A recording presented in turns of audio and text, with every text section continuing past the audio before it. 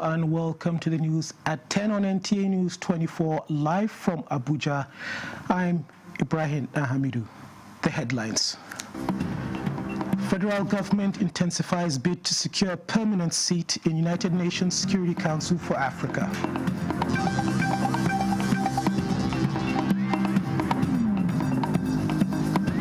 Underscore our commitment to building a health system that is equitable, accessible, and resilient. Senate Committee on Health holds public hearings on 5 key health sector reforms bills. The national and at the subnational level to continue to think outside the box on how we can contain this very big level of insecurity. House of Representatives calls for immortalization of late Vice Principal Hassan Yakubu Makuku of Government Girls Comprehensive Secondary School, Maga.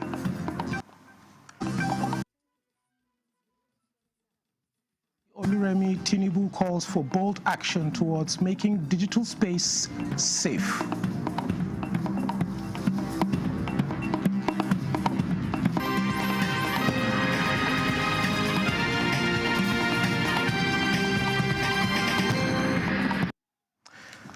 Nigeria has intensified the bid to secure a permanent seat with veto-wielding authority in the United Nations Security Council for Africa, insisting that comprehensive reform of the global governance system is long overdue.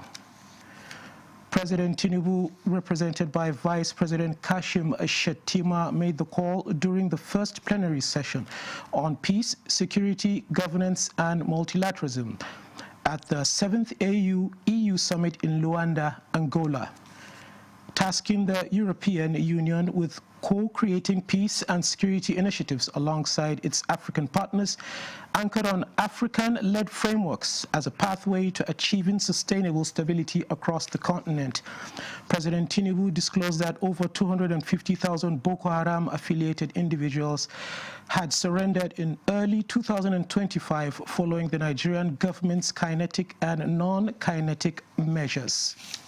The president stressed that the challenges of armed conflict, illicit weapons, climate pressures, irregular migration, and political instability across Africa now demand stronger cooperation, while acknowledging that the EU has remained one of the AU's most reliable partners since the creation of the Africa Peace and Security Architecture in 2002. President recalled that Nigeria's experience has shown that regional instability, if left unchecked, fuels terrorism, insurgency, banditry, and transnational organized crime. On the security situation, the president called for an EU initiative anchored on African-led frameworks and regional ownership to drive positive outcomes. And on irregular migration, the president advised that the issue must be addressed in a manner that acknowledges its deep economic and demographic drivers, as criminalizing mobility has only compounded insecurity across the continent and beyond. He further stressed that Nigeria firmly believes that peace and security initiatives in Africa must be African-led and implemented through legitimate platforms. The Senate Committee on Health has held public hearings on 5 key health sector reforms bills. Among them is the National Health Act Amendment Bill 2025, a proposal aimed at boosting the basic healthcare provision fund and strengthening service delivery across the country. Ignatius Simkwo reports. Another round of health sector engagement brought the Senate and the public back to discussions. 5 bills are in the spotlight, each designed to tackle specific concerns in Nigeria's health sector. The Chief Whip of the Senate, Mohammed Tahir Mangono, sets the tone as he delivers a message from the President of the Senate. Underscore our commitment to building a health system that is equitable, accessible, and resilient. At the center of the discussions is the National Health Act No. 8 Amendment Bill that seeks to strengthen the health system by raising basic health care funding from 1% to 2%. The bill, sponsored by chairman of the committee, Ipalibo Harry Banigo, while Senator Sunday Khartoum is canvassing for the establishment of sickle cell disorder research and therapy centers across the country. This adjustment is essential because the current 1% allocation can no longer sustain primary health care delivery. I want to state that the ministry is totally in support. To establish 7 sickle cell disorder research and therapy centers, 1 in each of the 6 geopolitical zones and 1 in the Federal Capital Territory, Abuja. I'm very passionate because I'm a sickle cell patient living for 50 years. I am here to passionately, I feel, for this sickle cell research center. Other bills include the Federal Orthopedic Hospital in Dekina, Kogi State Establishment Bill, sponsored by Senator Jibril Issa, and the National Eye Centers, Boko, in Benue State, and Pushit Mangu in Plateau State Establishment Bills, sponsored by Senators Titus Zam and Diket Plank. The establishment of orthopedic hospital in Kogi East will serve the whole of Kogi State and serve the neighboring states because of the central position of Kogi State. Nigerians look towards establishing more national eye center in the country. It is expected that these health interventions will close the various gaps existing in the respective specialties under consideration. Ignatius Nkwo, NTA News. Nigeria must invest in technology and early warning emerging systems to tackle security challenges. Defense correspondent Ismail Musa reports that the Senate President Godswill Akpabio stated this while unveiling the 2025-2030 Security Strategic Plan at the National Counter-Terrorism Center Office of the National Security Advisor. Nigeria's fight against terrorism is not just a domestic struggle, it is a continental responsibility. The launch of the National Counter-Terrorism Center's 2025-2030 strategic plan, officials emphasized the urgency of a coordinated regional response. The strategic plan charts a 5-year roadmap to transform the NCTC into a regional center of excellence. It outlines new intelligence-driven era, from drone surveillance and regional operational centers to advanced training institutions and simulations facilities for crisis response. The strategic plan emerges at both a roadmap and a national commitment, building on gains of the National Counterterrorism Strategy, aligning with the Terrorism Prevention and Prohibition Act of 2022, and reaffirming our vision of a secure, resilient, and stable Nigeria. The Senate President Godswill Akpabio affirms Nigeria's resilience remains firm even as terrorists evolve in tactics and technology. With this strategic plan, we declare to the forces that threaten our peace that Nigeria will not yield, West Africa will not yield. We stand together with the unwavering conviction that this land shall be secured. The National Counter-Terrorism Center says it is deepening partnership with security agencies, civil society, and the private sector to build a modern coordinated counter-terrorism network. The 2025-2030 strategic plan reflects the center's commitment to address national and regional security threats. In Abuja, Ismail Musa, NTA News. As global economic and technological changes continue to redefine the world of work, the organized labor is working to evolve stronger strategies to confront emerging challenges. Joseph Otsen reports that at the 21st edition of the NLC Hamatan School, President of the Nigeria Labour Congress, Joseph Ajeoro, stressed the urgency of safeguarding workers' rights in this shifting landscape. The annual NLC Hamatan School has once again brought together labor leaders from across the country for intensive training on emerging issues in the world of work. The program is designed to equip union leaders with modern strategies to address the evolving challenges facing workers. This year's edition focuses on the theme, Workers' Right in the context of global economic crisis and technological advancement. It is our job to decode the relationship between technology, capital, and insecurity, and build working-class response that prioritizes people over profit. So workers' wages are declining.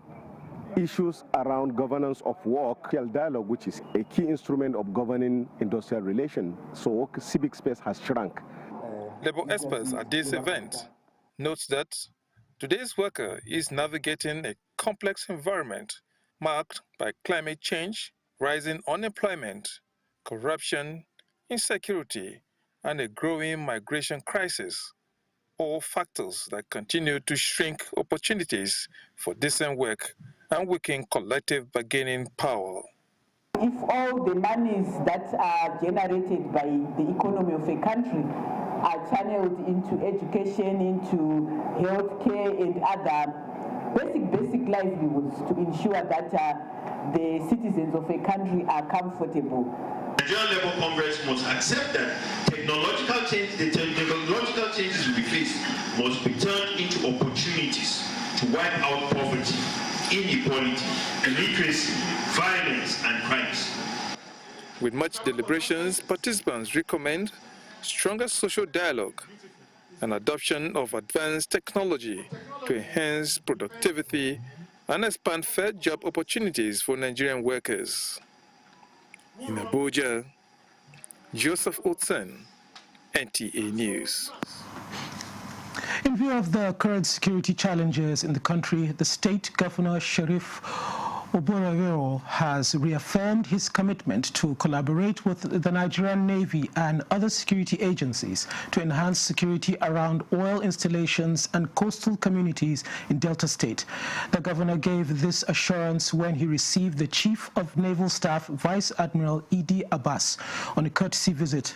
Susan Esu reports.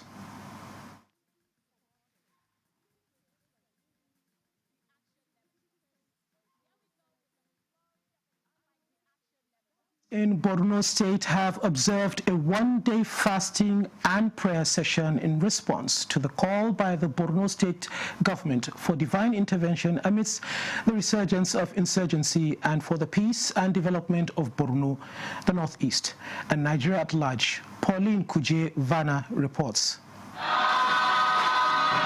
The statewide prayer, initiated by Governor Babagana Umar Zulum, brought together members of the Christian community to seek peace, unity, and stability for the state and the entire nation. Chairman of the Christian Association of Nigeria, Kan Borno State, represented by the Secretary, Pastor Joshua Markel, encouraged Christians to call upon God in difficult times, assuring them that he hears and answers prayers. To pray that God should give our leaders, most especially His Excellency, the Executive Governor of Borno State, the President, the wisdom needed, and also the security personnel, all the tactics and the logics needed for them to eliminate those terrorists. Northeast Kan Chairman Bishop Mohammed William Naga described Governor Zulum as a leader with strong spiritual consciousness and commended him for organizing the prayer program at such a critical moment. I plead with the 5 other state governors to emulate His Excellency, the Executive Governor, who much value peace. In fact, there are so many strategies planned to end Boko Haram and other insurgency and terrorists, but the Lord in His mercy have designed it this way. Guest preacher Reverend Titus Pona referenced Matthew chapter 7 verse 7, urging believers to seek God earnestly in times of hardship and insecurity like this, assuring them that God responds to the cries of His people. Prayers of thanksgiving, supplications for divine intervention, petitions for wisdom and guidance for Governor Zulum and security personnel, as well as intercessions for lasting peace in Borno State, the Northeast and Nigeria were collectively offered. In Maiduguri, Pauline Kujevana, NTA News. We'll take a break after these messages. Please stay tuned. Baffy Furniture's legendary final sale of the year is here. This festive season, enjoy extra savings on luxury and comfortable sofa sets, modern and functional dining sets, sophisticated and smart bed sets, and our royal collections, classy, premium, and truly exclusive. Shop 10 million Naira and receive a complimentary Daisy tea set. Spend 15 million and take home a 65-inch smart TV. Go higher at 20 million and experience unmatched comfort with our exclusive massage chair. Visit our showrooms in Abuja, Lagos, Kano, and Enugu, or shop online. It's big, it's bold, it's unforgettable. It's Baffy Furniture's legendary final sale of the year. And the National Productivity Order of Merit Award goes to the only tomato paste manufacturer to win the National Productivity Order of Merit Award by the Federal Government of Nigeria, endorsed by the Association of Private Medical Practitioners of Nigeria. This is an evidence of 100% natural goodness. Eat healthy to live longer. Buy now and enjoy up to 20% discount. Feel the power of precision, engineered to perfection. Every component is crafted with care, and each design is meticulously tested. From concept to creation, our engineers push the boundaries of technology, seamlessly blending performance and sustainability with a deep commitment to African ingenuity. Introducing the CNG Boss, a remarkable achievement in engineering designed to operate on compressed natural gas, a cleaner and more sustainable fuel alternative.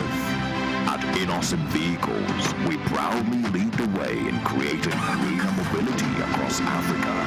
And it doesn't stop there. From SUVs to sedans, spacious buses to electric cars, Innocent offers a wide range of models designed to meet every need.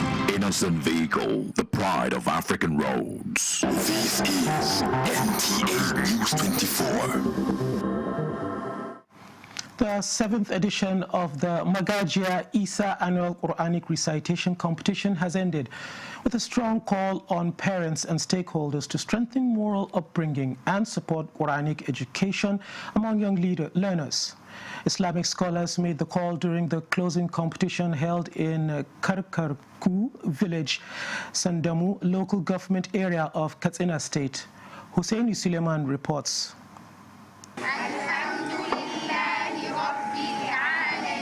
The atmosphere was filled with joy and anticipation as selected students from Islamia schools showcased their Quranic recitation. The competition is designed to identify outstanding students and prepare them for higher level contests at both the state and national stage. Categories range from the recitation of 2 to 60 hizb, with both male and female participants demonstrating remarkable skill and discipline.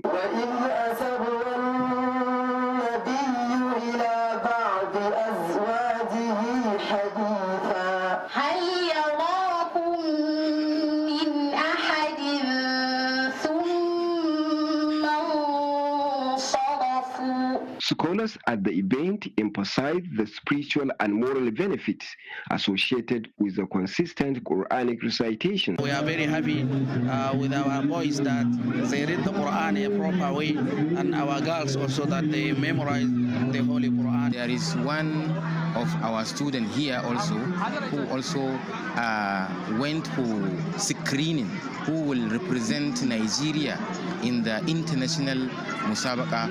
We are always encouraging the children to do more. They also deliberated on broader aspects of Islamic knowledge, including the importance of Tawheed, belief in the oneness of Allah, and the value of seeking knowledge for the progress of humanity. Winners across all the categories receive prizes for first, second, and third positions, aim at motivating the student to deepen their studies and remain committed to Quranic learning. In Daura, Hussein Suleiman, NTA News.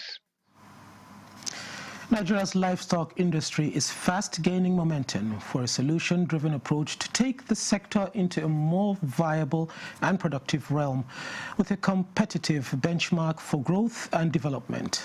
This was at the maiden edition of the National Council on Livestock Development, organized by the Federal Ministry of Livestock Development and the Adamawa State Government. Yusuf Jika reports.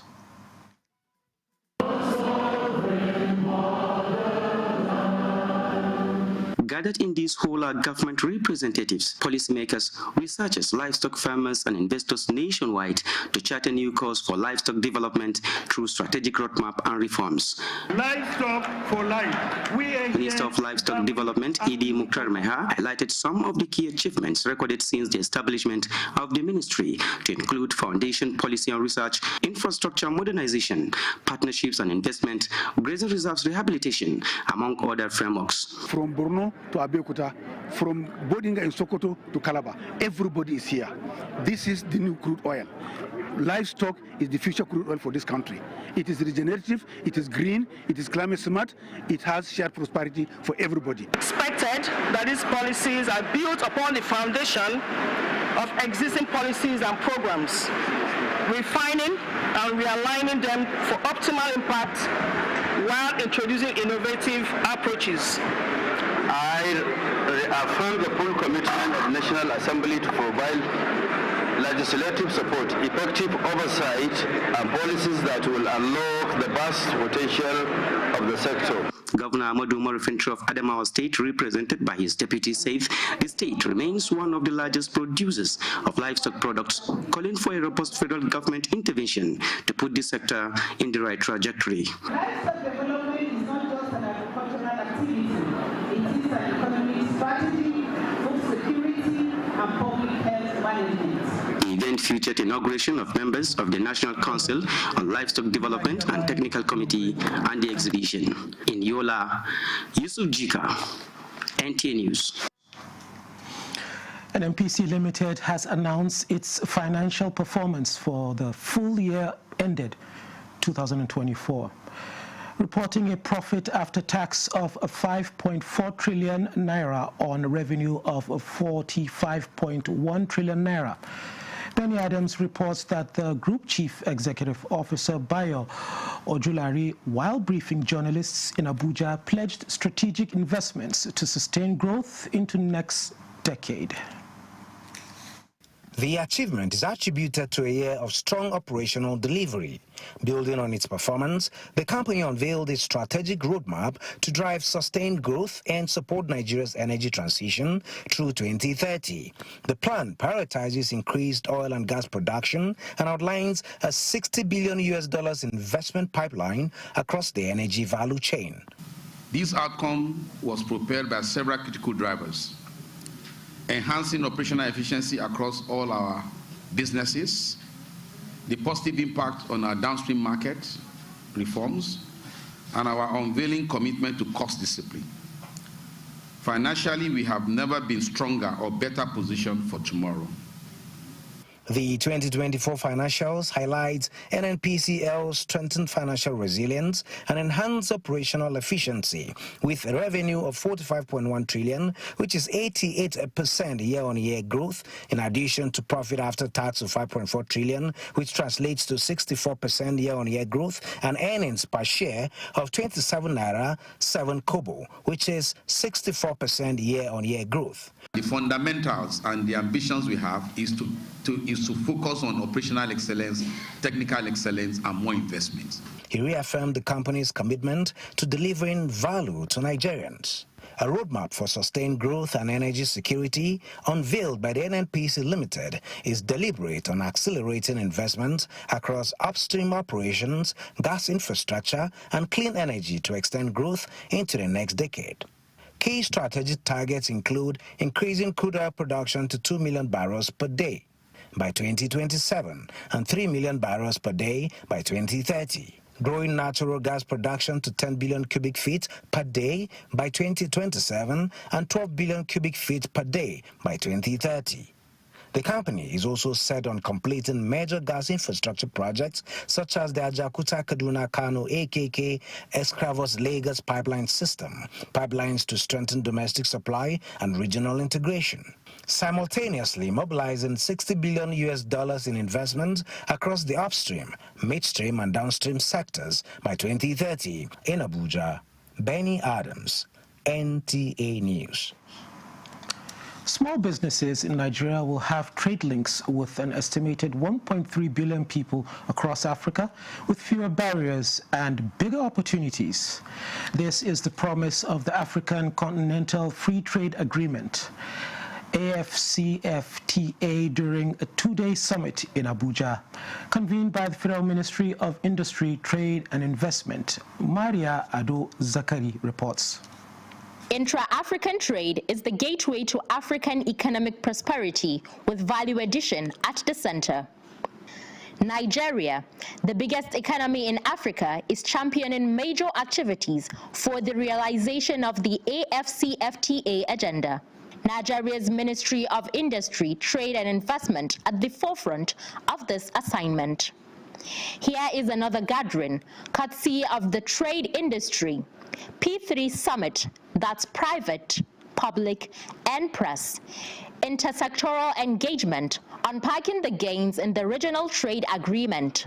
Our knowledge in this sector will boost whatever it is the drivers of this process intend to achieve. The regulatory architecture for investment with the continental framework, such that we attract and retain qualitative investment for sustainable development. We realize that there's been a lot of focus on foreign direct investment, FDI, which is good and we support it. But we realize that as Africans, we've actually been ignoring investment from our own. When Dangote goes to invest in Zambia, in Zimbabwe, in most cases, they are not normally seen with the same perspective like a foreign direct investor. So every local government, or even below the local government, every ward can understand that the pre-trade arrangement could be an opportunity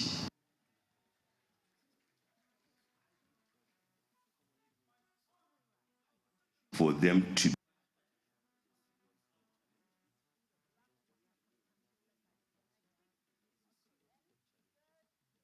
We'll take another break. More reports coming. Let's have credible elections at the local government so that these credible people can manage the funds of local government properly. There are a lot of respected traditional rulers in the state who can say, look, enough of this thing. Mr. Governor, welcome. Thank you for coming. When you win, what will you do? First, I would like to mobilize women within the local government to form the National Council of Women Society, by creating awareness in women that they must serve, they must be part of what is happening within their community. If you stop expenditure on infrastructure, how do you now attract investments? The state governors, the presidency, that the federal government and the local government are all waiting for revenue from crude oil. Everything has something peculiar. So the emphasis now, if your local government has something peculiar to that particular local government, the emphasis should be keep producing that particular product. We need to do three things.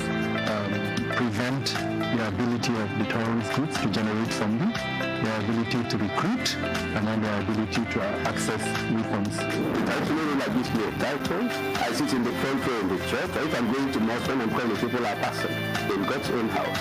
What am I doing? I'm mentoring a new generation. Those things are the only way to be taken seriously is to begin to have a lot of money. Nigeria, live every weekday between 7 a.m. and 9 a.m.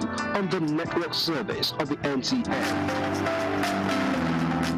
This is NTA News 24. The National Assembly leadership says the 36 state governors will be briefed this week on crucial constitution alteration bills before voting takes place in both chambers. This was disclosed at a meeting of the Joint Senate and House of Representatives Committee on the Review of the 1999 Constitution in Abuja. National Assembly correspondent Mitaire Ikben reports. The meeting is to harmonize the positions of both chambers on the constitutional alteration bills, especially those relating to devolution of powers to subnational governments, creation of states and local governments, as well as state police.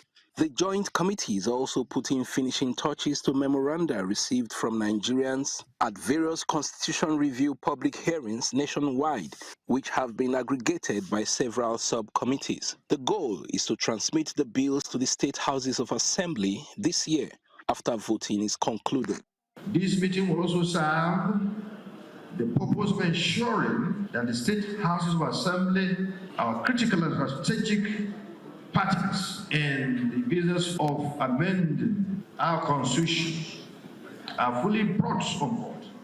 To the governors who may be watching, whom we will brief on Wednesday, be assured that this is not an attempt to undermine executive authority. It is an effort to strengthen federalism, improve governance, and deliver the democracy Nigerians deserve.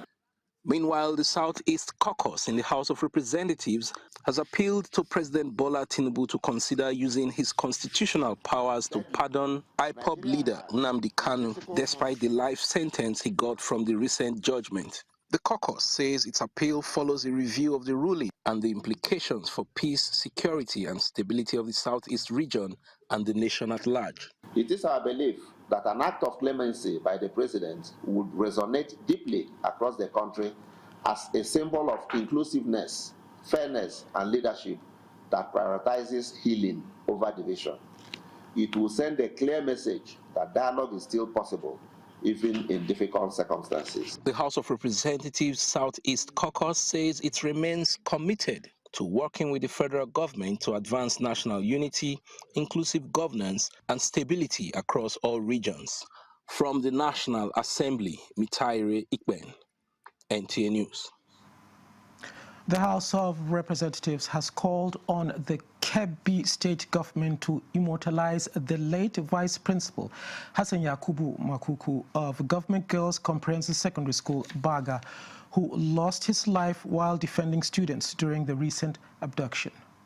Lawmakers who were on a sympathy visit to the state, led by the Speaker of the House, Tajuddin Abbas, urged that the school be renamed in his honor as a lasting tribute and an inspiration to future generations. Abdul Mohammed Bawa reports. The visit began with special prayers for the late Vice Principal and the school watchman who tragically lost their lives, as well as for the safe rescue of the abducted students. The Speaker of the House, while acknowledging the effort of both the federal and state government, expressed the House's deep concern over the abduction and pledged full collaboration with all relevant authorities to ensure the safe return of the schoolgirls.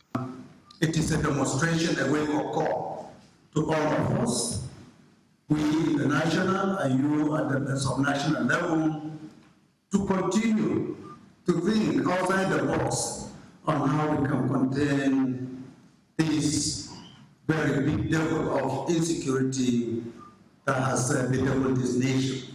Governor Nasru Idris granted the Speaker's request to immortalize the Vice Principal, thanked the lawmakers for their visit, and reaffirmed the ongoing joint effort by the federal and state government, along with security agencies, to bring the student home safely.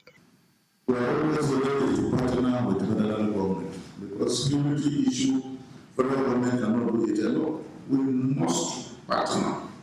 We must participate. The Speaker announced that the House will dedicate its next plenary session to discussing the Kebbi abduction. He also donated 30 million naira to the families of the late Vice Principal and the school watchman. In Birnin Kebbi, Abdul Mohammed Bawa, NTA News. Nigeria must invest in technology and early warning emerging systems to tackle security challenges.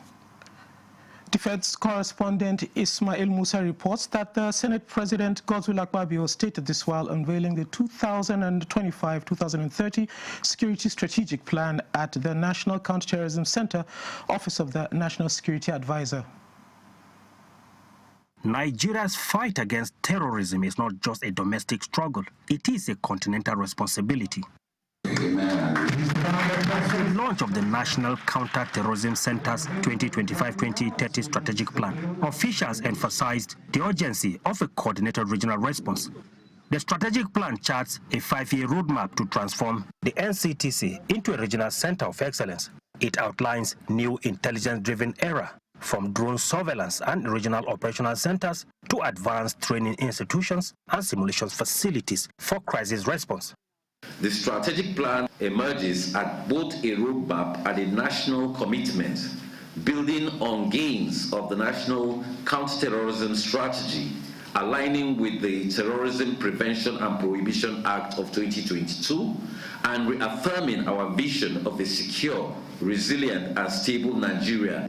The Senate President Godswill Akpabio affirms Nigeria's resilience remains firm even as terrorists evolve in tactics and technology. With this strategic plan, we declare to the forces that threaten our peace that Nigeria will not yield, West Africa will not yield.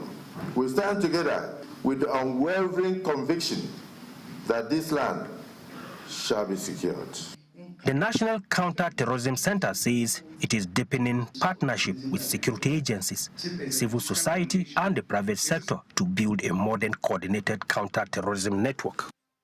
The 2025-2030 strategic plan reflects the center's commitment to address national and regional security threats.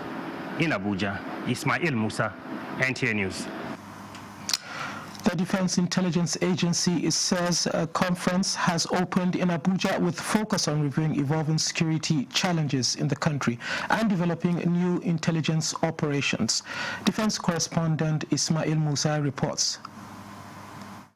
Innovations in data analytics. It is the opening of a 5-day conference organized by the Defense Intelligence Agency in Abuja with the theme Multi-Source Intelligence Innovation in Changing National Security Ecosystem. The goal is to review the country's state of security and develop new intelligence-driven operations. The integration of artificial intelligence, machine learning, and data analytics into intelligence work has proven to be a transformative force globally.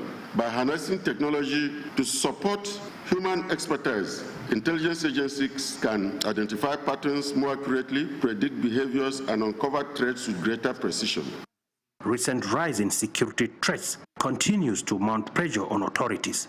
From kidnapping of students to violent attacks on communities, the country grapples with multidimensional security threats. Intelligence no longer stops at our borders. Our adversaries coordinate internationally. Therefore, Nigeria must maintain strong regional partnership that enhance collective security. Our leadership is not only strategic, but essential to regional peace and shared prosperity. We must continue to strengthen our cooperation with allies and partners in areas such as capacity building, intelligence sharing, and the acquisition of advanced surveillance analytical tools. Much as the stakeholders have resolved to develop new methods of confronting the challenges, for those affected by insecurity, relief will only come when there is lasting peace in the country. In Abuja, Ismail Musa, NTA News. Now, security agencies are to reinforce deployment of personnel to schools across Nasarawa State to ensure security and guarantee a safe learning environment. This was the resolution reached after an emergency security meeting convened by the state government with all heads of security agencies in the state. Aliu Tijani reports. Governor Abdullahi Sule, who just returned from South Africa after attending the G20 summit, summons critical stakeholders in the security architecture to discuss the current security situation in the country. In attendance are all heads of security agencies in the state, some traditional rulers, and local government chairmen, as well as top government officials. We are taking a decision collectively. When we are taking this decision to hold this meeting, we make sure we invited all those who are relevant, especially those that have to do with our various schools. But I think beyond schools, we are also interested in protecting the welfare of our own people all across the state. The closed-door meeting resolves that there should be adequate deployment of security personnel in schools across the state, in line with the Safe School initiative. Also, security personnel will intensify patrol and surveillance, especially in flashpoints, to protect lives and property. We have decided to intensify security surveillance, patrol all the vulnerable areas, black spots. We have to mount all our surveillance, we have to mount all our people. It's not only the police. We do it in conjunction with the police, military, civil defense, and other sister agencies, including JTF. We are going to draft them. The meeting urges the public to remain calm and go about their lawful businesses as government assures of adequate security across the state. In Lafia, Aliu Tijani, NT News. Ogun State Governor Dapo Abiodun has directed heads of security agencies in the state to move into identified flashpoints occupied by suspected groups and individuals, demolish their illegal structures and make the state uninhabitable for criminals. Hakim Jimo reports that Governor Abiodun gave the order at a crucial meeting with heads of security agencies in the state as he commended President Bola Tinubu's efforts at combating insecurity across the country. Following the spate of insecurity across the country in the last few weeks, there is palpable fear in Ogun State. It is to address this that Ogun State Governor called for security meeting with heads of security in the state. Briefing journalists after a closed-door meeting with the Security Council in Ogun State, Governor Abiodun commended President Tinubu's steps taken so far to curtail insecurity in some parts of the country. I have instructed our law enforcement agencies to move into these type of settlements. We have them in Djibouti, we have them in Ota, we have them all over the whole place.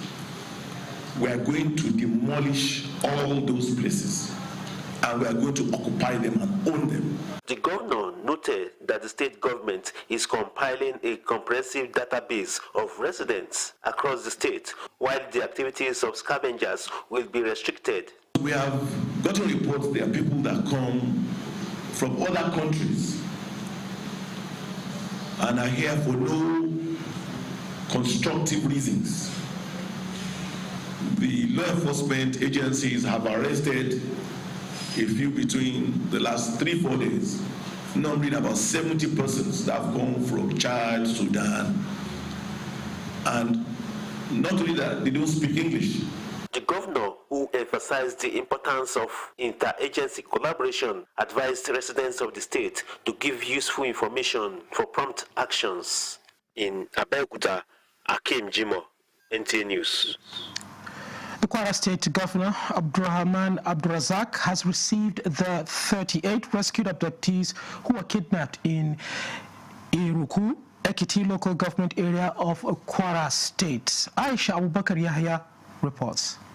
The abductees were kidnapped at the Christ Apostolic Church in Eruku, a border community between Kwara and Kogi states, last Tuesday.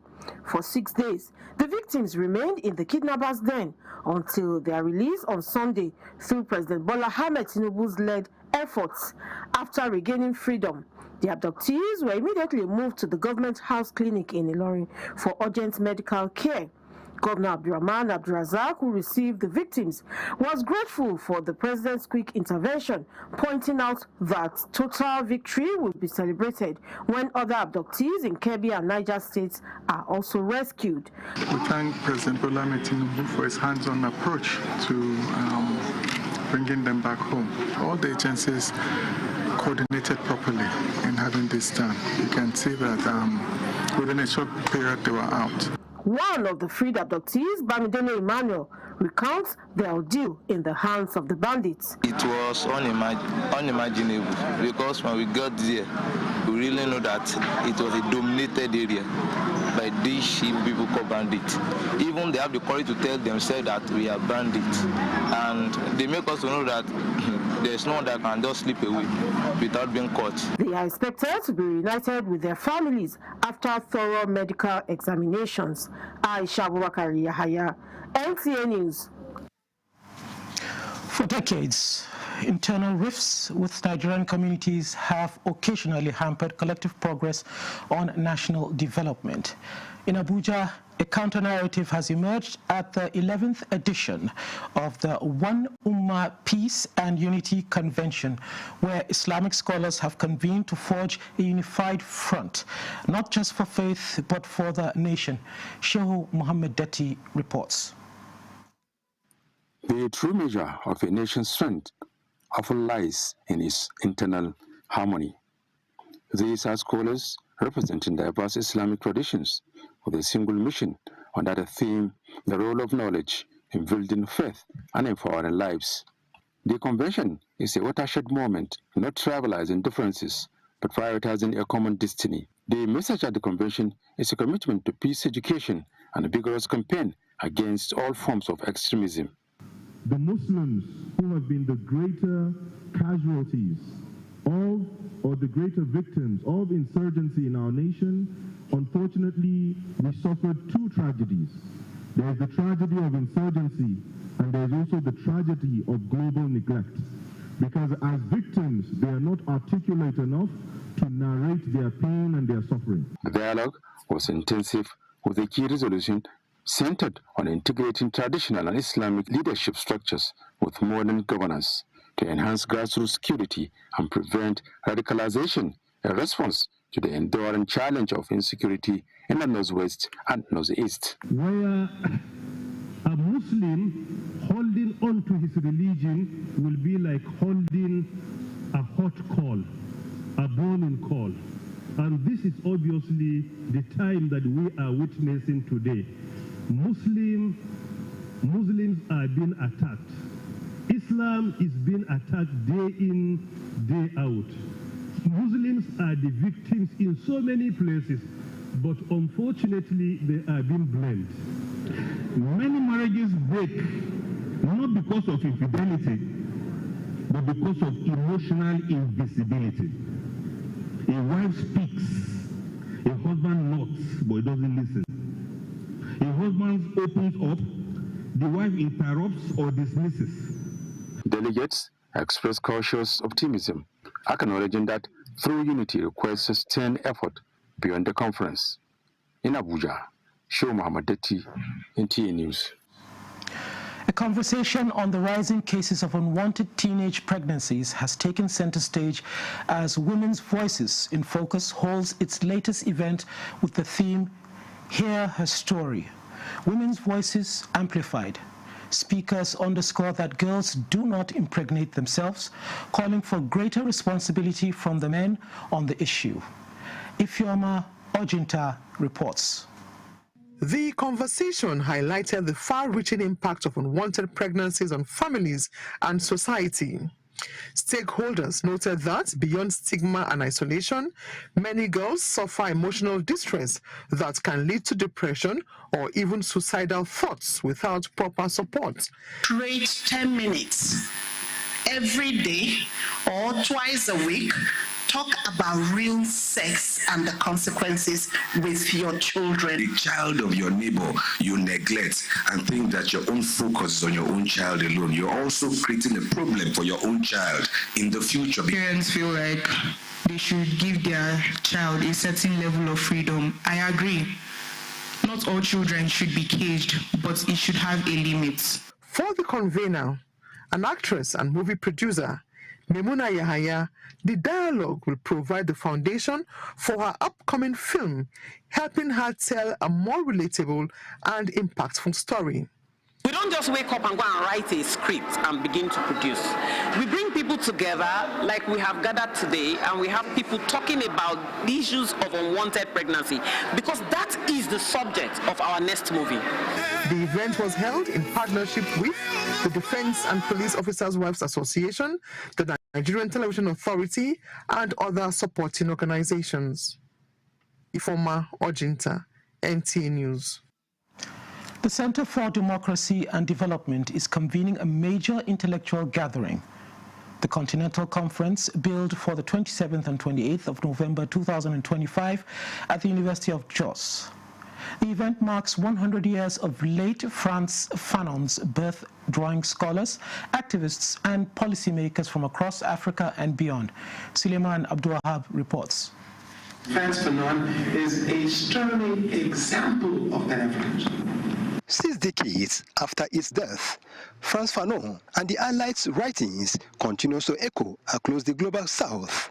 His ideas on colonialism, race, liberation, mental health, and power. Information, technology, and development will mark 100 years since the birth of Frantz Fanon, one of the most influential anti-colonial thinkers of the 20th century. Holding under the theme, Fanon and the African Condition, Reflections on an Enduring Legacy.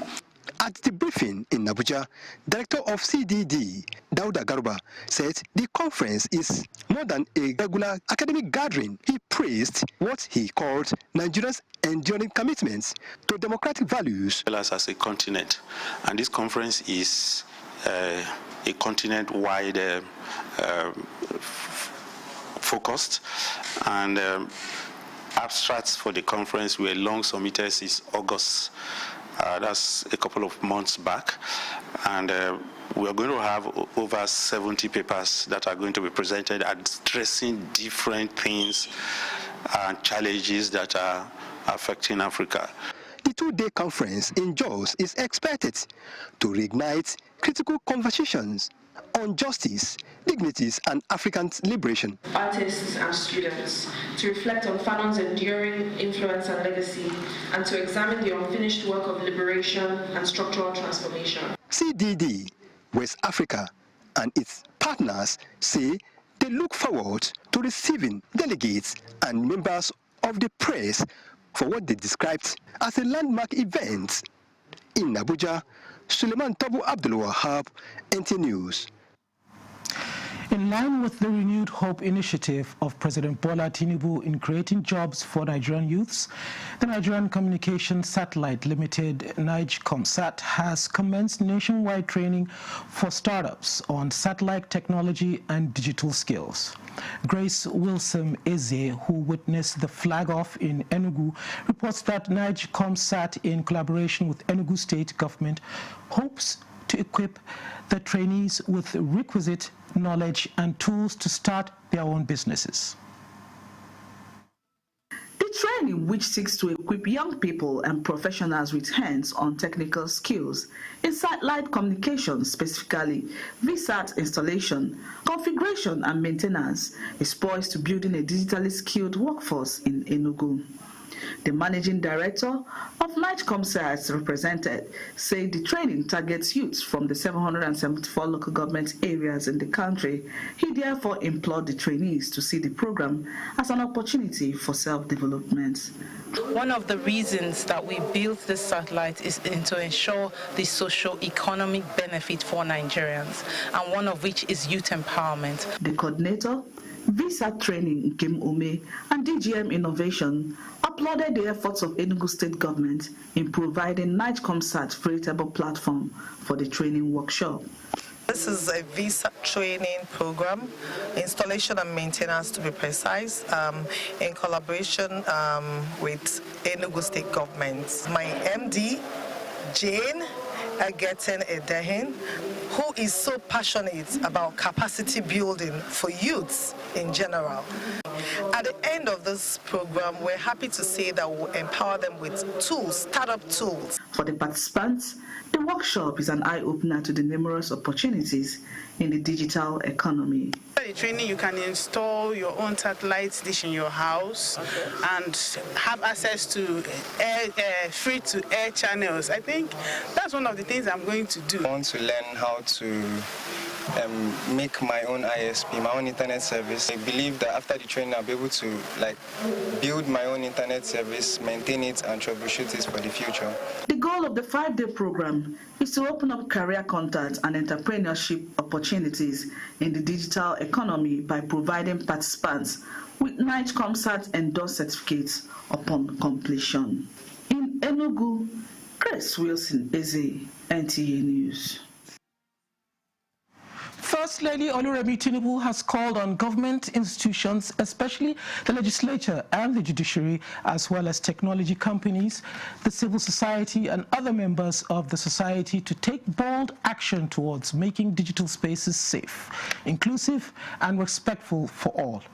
The call is in her message marking the 2025 International Day for the Elimination of Violence Against Women, with the theme Unite to End Digital Violence Against All Women and Girls.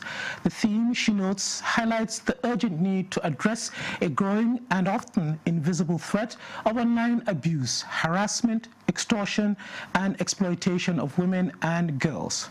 While expressing solidarity with all survivors and those working tirelessly to end gender-based violence, the First Lady frowns at violence of any form, offline or online, which undermines the dignity, safety, and the potential of women and girls, insisting that digital spaces should foster genuine human connection, facilitate learning, and promote productivity, not fear.